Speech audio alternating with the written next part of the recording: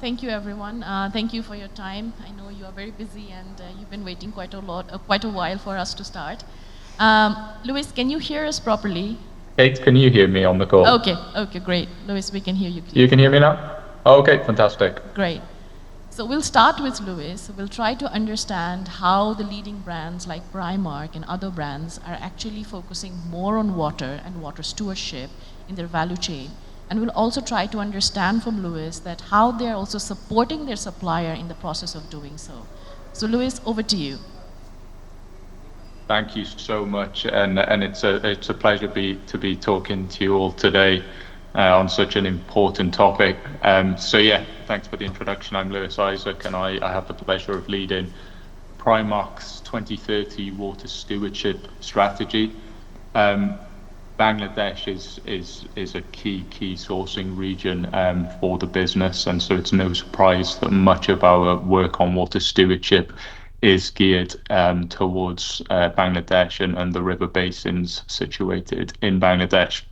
In terms of high level objectives, we very much look to work with our suppliers to reduce their dependency on fresh water and also to mitigate the impacts of using fresh water, mainly through the lens of water quality and pollution. We do this at site level, working with suppliers directly, but we also do it at an aggregate basin level. So we look at the aggregate amount of water that's used from suppliers in areas like Dhaka and the amount of potential pollution risks associated with that. We have targets set on reducing our freshwater consumption, and then we have projects to support that. So just very briefly, we work with our suppliers on resource efficiency programs, reducing water dependency, energy and chemical usage. We also partner with the Alliance for Water Stewardship, where we have a project in Dhaka with suppliers, and that's to introduce a comprehensive water stewardship standard. And then we very much back and are very much focused on water reuse, and it's a real priority area for us because we see it as an enabler for reducing dependency on fresh water, but also combating wastewater pollution. We have a landmark project that is soon to launch in Dhaka. It's a collaborative project between Primark, another brand, H&M, technology providers and NGOs, one of those NGOs being WaterAid. And we're very excited about this project. It's working collaboratively with the British government and with a proactive supplier partner in a sort of factory in Bangladesh to introduce technology to recycle and recover wastewater. And our role there as the brands is really to disseminate this data, create a business case, and to help scale this across the industry. So we want to see more of our supply chain partners be proactive.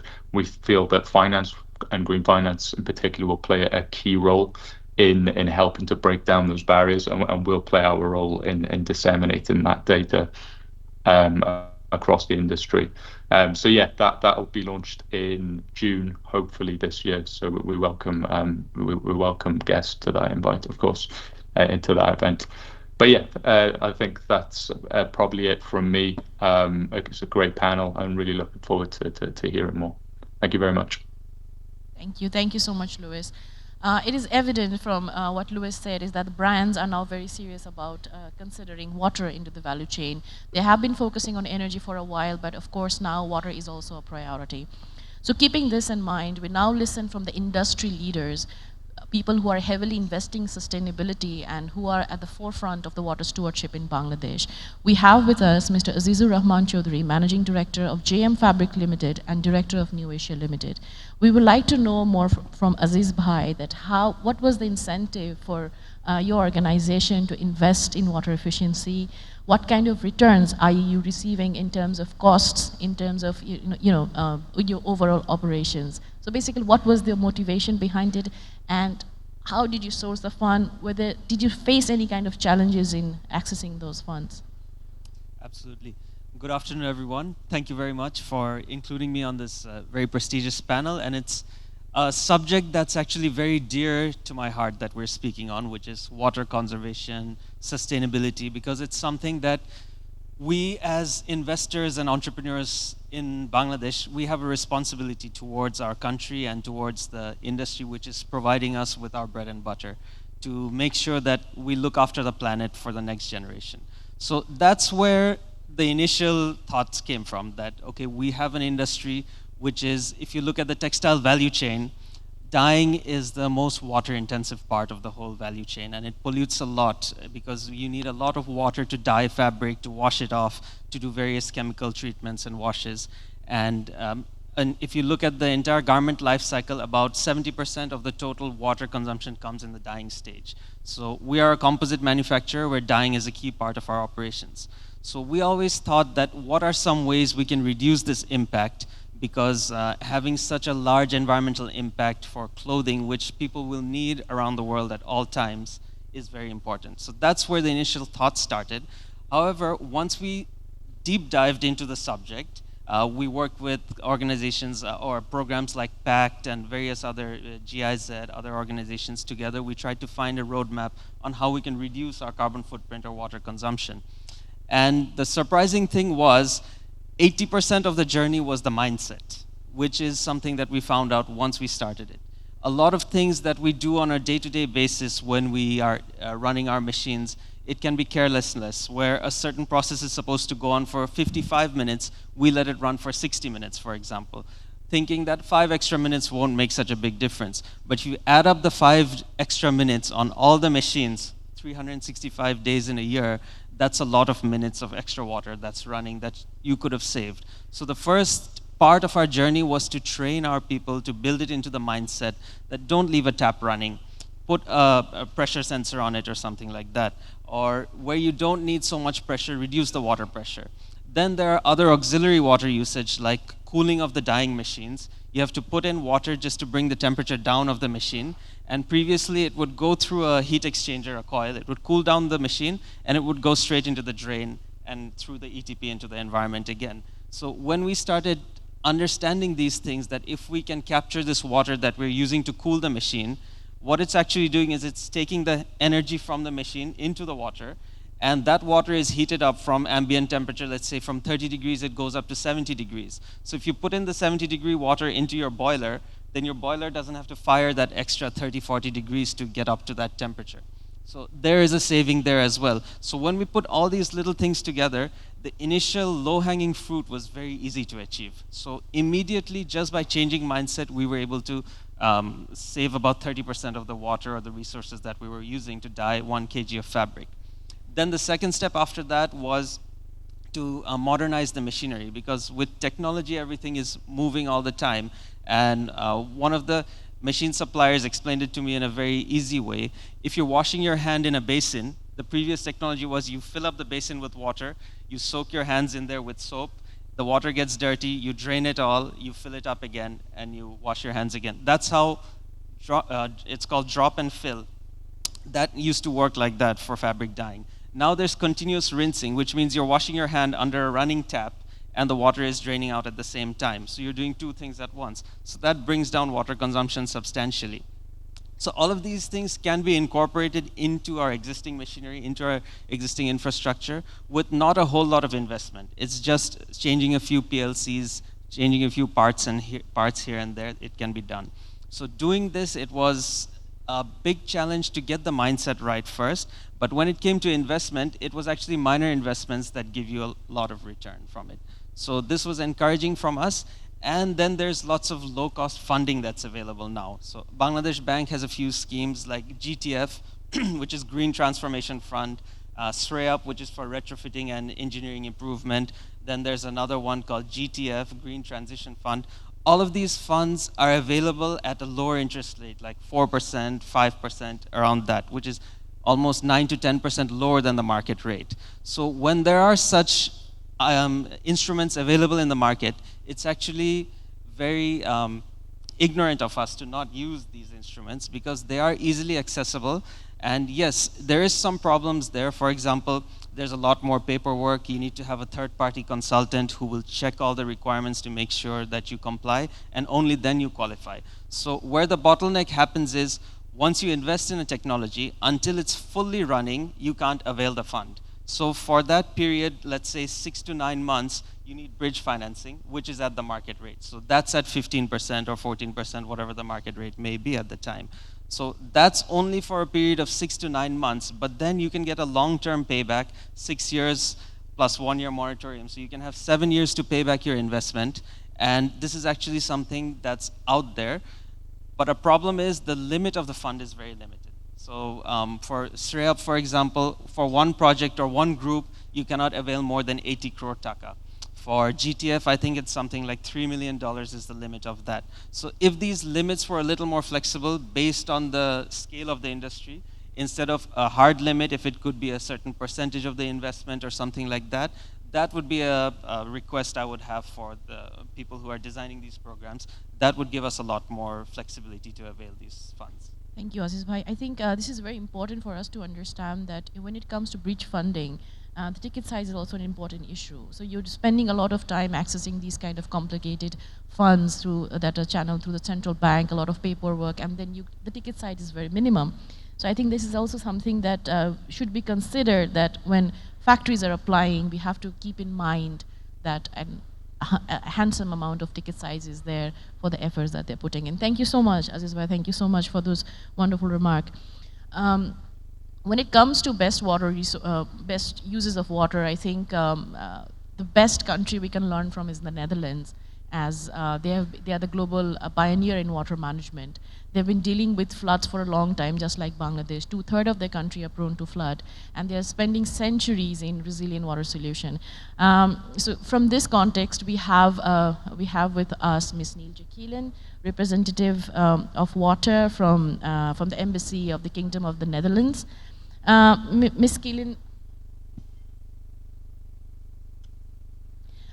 I would request you to share more of some of the best practices that your country has done so far. And the Dutch government has been a very strong partner for the Bangladesh government as well. So could you share more on this multi-stakeholder platform that usually the way you work in Bangladesh? What was your experience and some of the thoughts that would you like to share with us? Sure, thank you. Maybe for people that don't know the Netherlands very well, you know, like Bangladesh, we are a low-lying delta, and well, as you said, for centuries, even since the medieval times, you know, we have been dealing with floods and excess of water, draining, building dikes, which led to, you know, our polder landscapes with the windmills, very well known, and the iconic delta works. So, but it's regarded as a water-rich country, like Bangladesh. And then when, you know, we started developing, building factories with the economic growth, you know, water quality became a concern. Then with climate change, you know, also water scarcity became a concern. At first it was seasonal, like in Bangladesh, still in the monsoon season, for us in the winter season, plenty of water, but slowly it has become, you know, a year-round concern.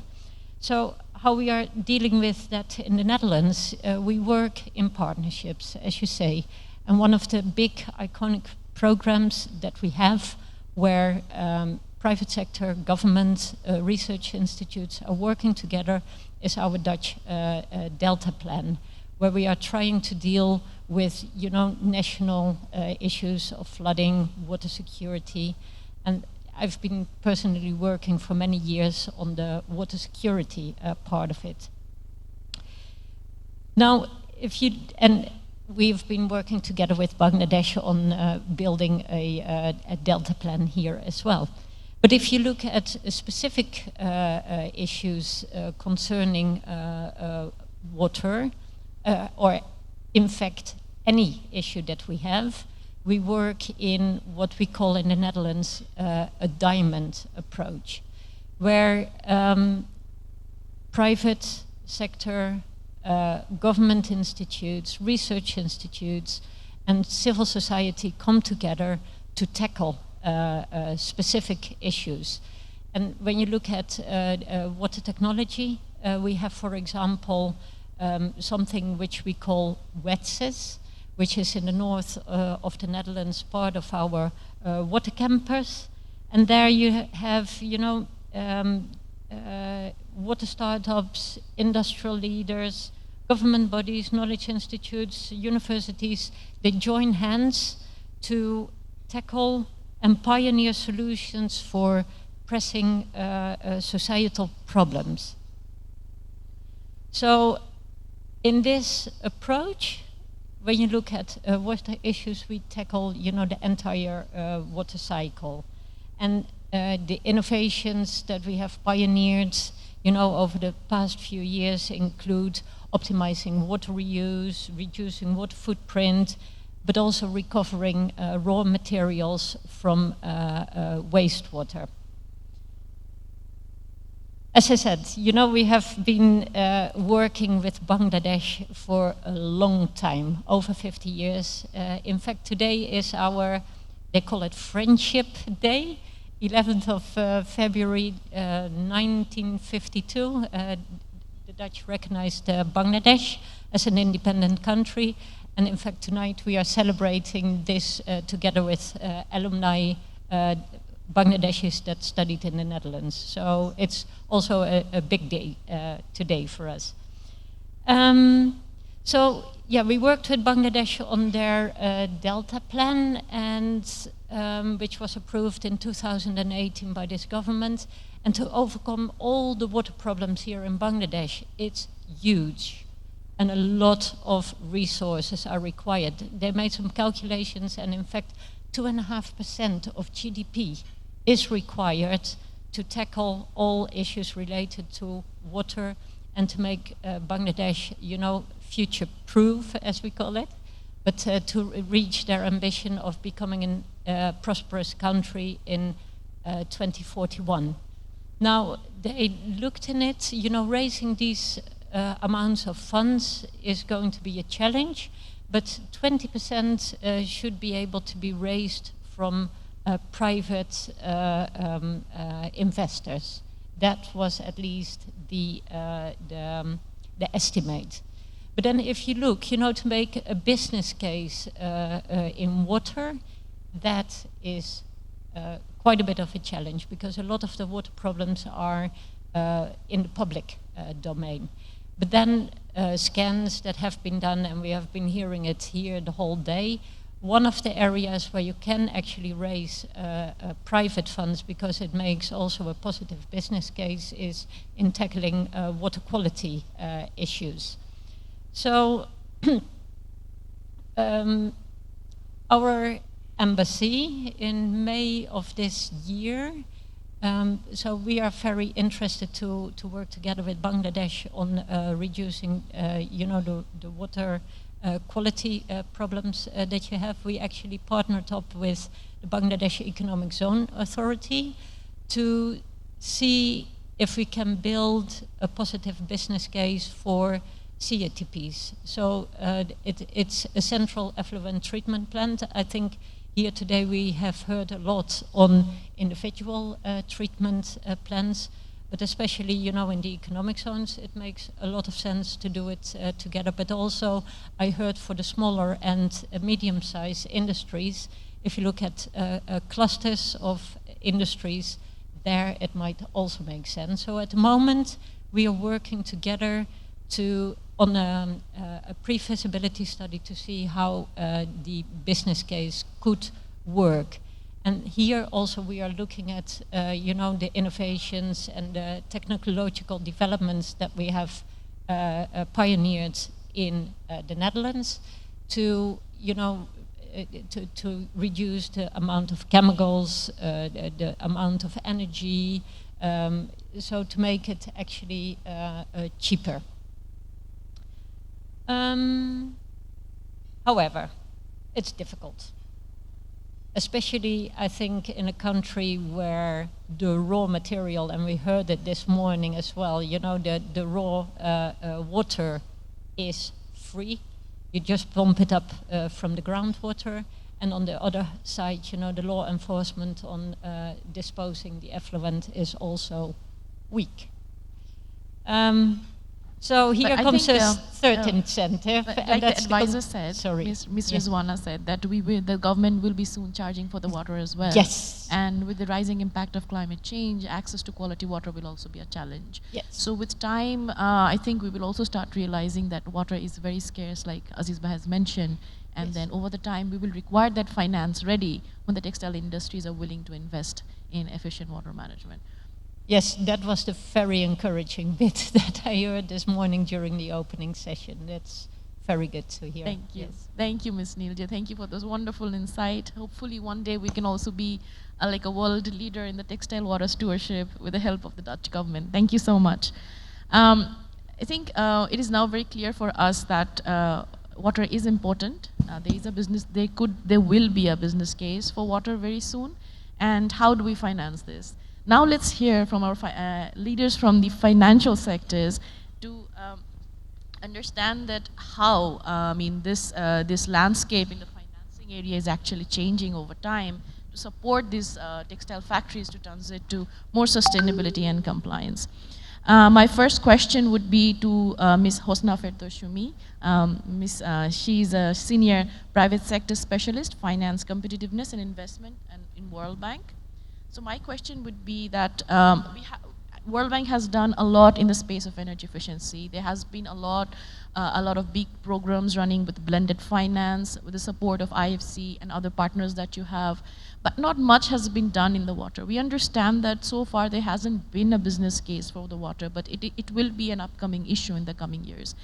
Does World Bank have any plan on investing on water anytime in the future? Are you planning for some kind of fund or that can actually drive Bangladesh towards a sustainable water management? Thank you for your question. Am I audible? Okay, thank you.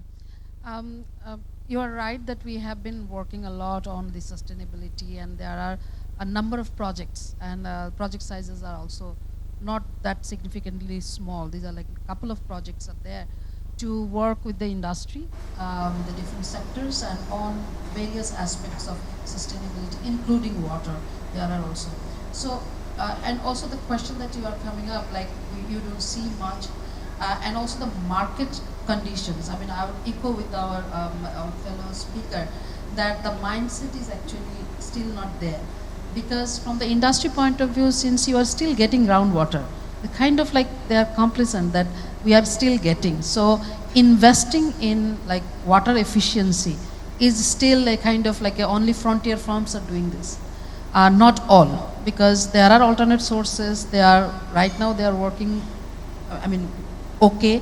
So I think that a lot of awareness raising is very much important to change that mindset. So from that point of view, it's not only like World Bank, actually the multilateral, bilateral, and also other development agency, and including the association, like business membership organization. If this awareness raising can be done in a combined way, in a constructive way, I think there will be like more demand for this. Right at this moment, I mean, financial products are very much demand driven. If there is a demand, definitely the product will be there. And as you have, like our previous speaker also mentioned about a couple of financial products already available in the market.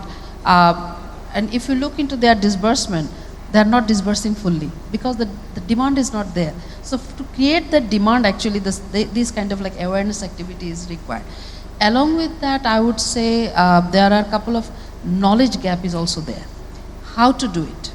What are the measures? So those are also, again, those kind of technical knowledge probably like through different projects, different program where World Bank Group as a whole, including IFC, we have been working a lot with the Better Works program, with PACT program, working with the farms to provide them with technical assistance on different kind of measures.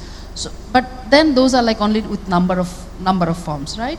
But then if you want to have a scale up effort or spillover effect, then you will need like a lot more will be required. From our project, we have been working on this sustainability through different projects. One of the project I can mention is like with Economic Zone Authority. The project is Private Investment and Digital Entrepreneurship Project, where we are supporting to develop this Mirashara Economic Zone and also other private economic zone. And then water is one of the major areas, establishment of CETP through a public-private partnership model. So that is also ongoing right at this moment as we speak. And also there are like usage of water, and there are also facilities for farms to avail through this project on this knowledge gap, on this investment, so they can also like work through this project and support that. Specifically on apparel sector in the economic zone, there are two dedicated zones, 2A, 2B, is dedicated for apparel and textile sectors. And other like supporting facilities, including CETP and then other solar and all the kind of facilities are actually designed around this area. So those are the ongoing activities that are going on. In terms of finance, as the speaker mentioned, like financing products are available, but I think this requires a kind of reform based on the market demand. The return period, it's also from the private sector point of view also, the return they get from that investment, how long that will take, there is uncertainty. Not very much clear. Though there are like buyers, different kind of requirements are coming in. And you know, like EU, they have like different kind of ESPR, including like many of the requirements are coming in. So those requirements will be like very much implemented like in next couple of years. Do we all understand that? Do we, the private sector or the investors, not always like all the measures are required. So this probably needs some effort from the development sector, can really play a critical role in bridging this gap, knowledge gap. So that's where I see opportunity to work. Still we are working on, World Bank is working through different projects, but I see also a lot of opportunity to collaborate in that front. In terms of policy reform, I see a lot of effort that can be done. Say, for example, shadow pricing on water, which has been mentioned in the water development documents, and also like there are many kind of incentive that can be designed, so that private sector are also encouraged to invest in this area. So this is definitely one of the focus area, but as I said, it will require a lot of knowledge and also awareness building across the sector. Thank you. But one more question for Shumiappa is that the small and the medium-sized factories are often the ones that cannot access the right kind of financing. Can World Bank really support these factories to access, because they will require concessional, like Aziz Bhai was saying, the bridge fund that's available, one, it's not concessional, and two, the ticket size is very small. So can really World Bank play a role there to mobilize blended finance so that this transition becomes... We actually have a couple of projects, like say for example, IPFF, Investment Promotion and Financing Project through Bangladesh Bank. There are projects which are providing financing, and there are specific areas identified that the firms can really access those concessional financing.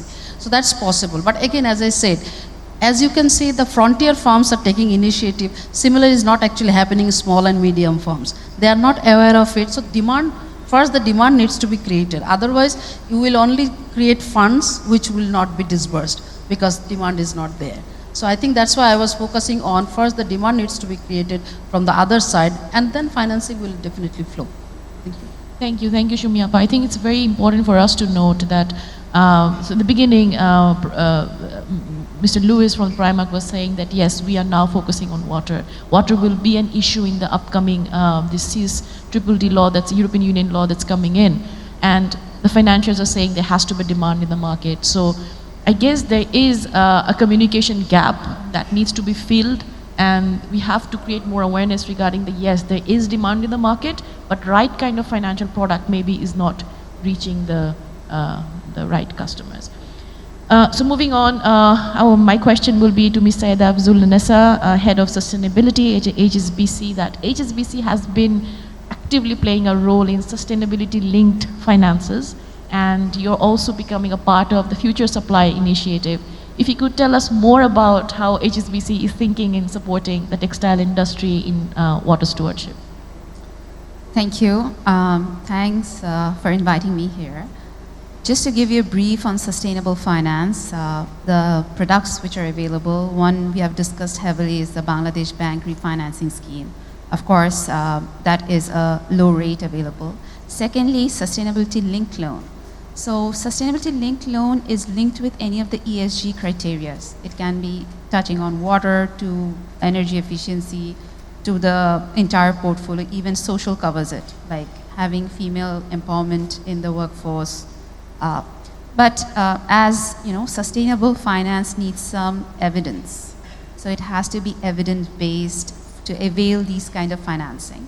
So moving back on sustainability linked loan, so you link maybe with water efficiency or with less groundwater usage, you set a target. So a manufacturer can set a target and then can avail a loan, and within a year of time, there will be a percentile set that they will be improving their water efficiency. And upon that, there is a discounted rate that can be availed by the bank. So this is a product that we have. And I would say another one is sustainable supply chain finance. It's not in Bangladesh, but just giving a global example, what can be adopted in Bangladesh here. So what brands do is they set targets for their supply chain. So few may have decarbonization as priority. So they can select their suppliers and provide them a target. So they can get advance payments from the banks itself with the agreement with the brand and the bank and the selected suppliers. So it's sustainable supply chain finance. Another thing, as you have mentioned, of the Future Supplier Initiative. So we have partnered with Apparel Impact Institute as well. And so one of our priorities this year is to work on Future Supplier Initiative. And so going forward, we will be planning for this year's execution on how we can proceed, how we can work together in a better way. Thank you. Thank you so much. But I would also like to know more about, so HSBC has a huge customer base of the brands. And like you mentioned, the brands are also participating in accessing some of the initial funding for the suppliers through HSBC. So how this relationship do you think will look like in the coming future? Can the brands come in and say that, okay, we want to provide some kind of guarantees for our borrowers so that they can get the right amount of money at the concessional rate? So those kind of co-financing or a blended finance model, could that really work when it comes to commercial banks like HSBC? It depends on case by case. So of course, when a customer comes for a loan, their balance sheet strength and everything is determined by that. So even if you were mentioning about the small factories as well. So as part of our Apparel Impact project, these were also our findings, like small factories need financing and there's a gap as well. But they don't have that strong balance sheet on the payback and the payback capacity as well. And in the morning, there was a good session going on. I would like to quote that. One person was mentioning having a separate zone for these factories, small factories, because it won't be efficient, working energy efficiency in a separate way, water management in a separate way. If they're in one compound and there are all facilities available, I think that'll be a brilliant outcome and cost effective as well. Thank you so much. I think it's very important to note for us that the banks are ready to finance. Some say there aren't enough demand, and the brands are also saying that we are coming with new laws and new targets for our suppliers. So keeping all this in mind, we feel like in the upcoming days there will be a very good business case for investment in water, and we have heard from our industry leader that yes, investing in water does pay off. So it is interesting when it comes to water. We also have to keep in mind that sustainability is not an option at this point of time. It is something that is critical for economic survival. So what happens next? We are hoping to create a working group where we want to bring in the financiers, the brands, and the suppliers, and we want this working group to discuss more on how organizations like Resilient Water Accelerator can support. So we heard that data is an issue. When you're creating a business case for water, you'll have to show, real-time data and science-based targets are also upcoming under the new law. So how organizations can, RWA can really facilitate in these areas. So our working groups will mostly focus on incentives and rewards. How do we want to focus on rewarding the suppliers? How can we ensure access to finance for the suppliers? And also we want to talk more about industry-led solutions.